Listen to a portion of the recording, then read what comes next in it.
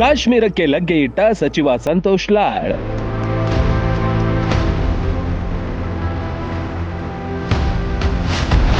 ಉಗ್ರರ ದಾಳಿಯ ಸಂತ್ರಸ್ತರಿಗೆ ಲಾಡ್ ಸಾಂತ್ವನ.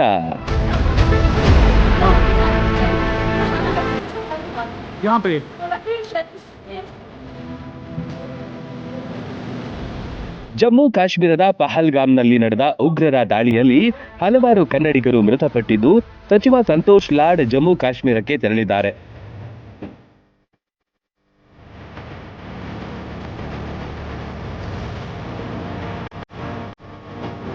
ಪಹಲ್ಗಾಮ್ನಲ್ಲಿ ಮೃತದೇಹಗಳನ್ನು ಇರಿಸಲಾಗಿದ್ದು, ಮೃತರ ಸಂಬಂಧಿಕರೊಂದಿಗೆ ಪಾರ್ಥಿವ ಶರೀರಗಳನ್ನು ಗುರುತಿಸಲು ನೆರವಾಗಿದ್ದಾರೆ. ಶವಗಾರದಲ್ಲಿ ಸಂಬಂಧಿಕರಿಗೆ ಸಾಂತ್ವನ ಹೇಳುವ ದೃಶ್ಯ ಕಂಡಿತು.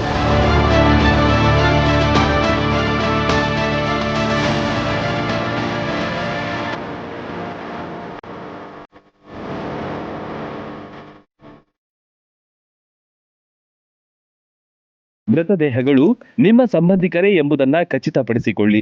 ನೀವು ಎಷ್ಟು ಜನ ಬಂದಿದ್ದೀರಿ ಎಂಬ ಮಾಹಿತಿಯನ್ನ ಕಲೆ ಹಾಕ್ತಿದ್ದಾರೆ. ಯಾವ ಮೃತದೇಹಗಳನ್ನು ಈಗಾಗಲೇ ನೋಡಲಾಗಿದೆ ಎಂಬುದನ್ನು ಸಹ ಅವರು ತಪಾಸಣೆ ಮಾಡಿದ್ರು.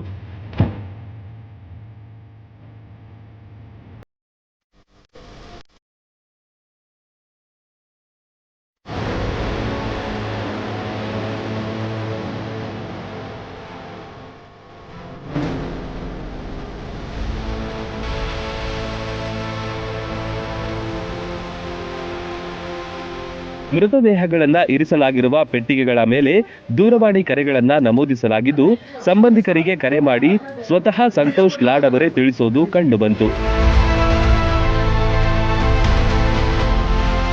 ಕಾಶ್ಮೀರದಿಂದ ಶವಗಳನ್ನ ಕರ್ನಾಟಕಕ್ಕೆ ತರುವಲ್ಲಿ ಸಚಿವರು ಸ್ಥಳದಲ್ಲೇ ಬೀಡು ಬಿಟ್ಟಿದ್ದಾರೆ. ಸಿಎಂ ಸಿದ್ದರಾಮಯ್ಯ ಅಗತ್ಯ ನೆರವನ್ನ ನೀಡೋದಾಗಿ ತಿಳಿಸಿದ್ದಾರೆ. ಈಗಾಗಲೇ ಶವಗಳನ್ನ ಅಲ್ಲಿಂದ ರವಾನಿಸುವ ಕಾರ್ಯ ಮುಂದುವರೆದಿದೆ.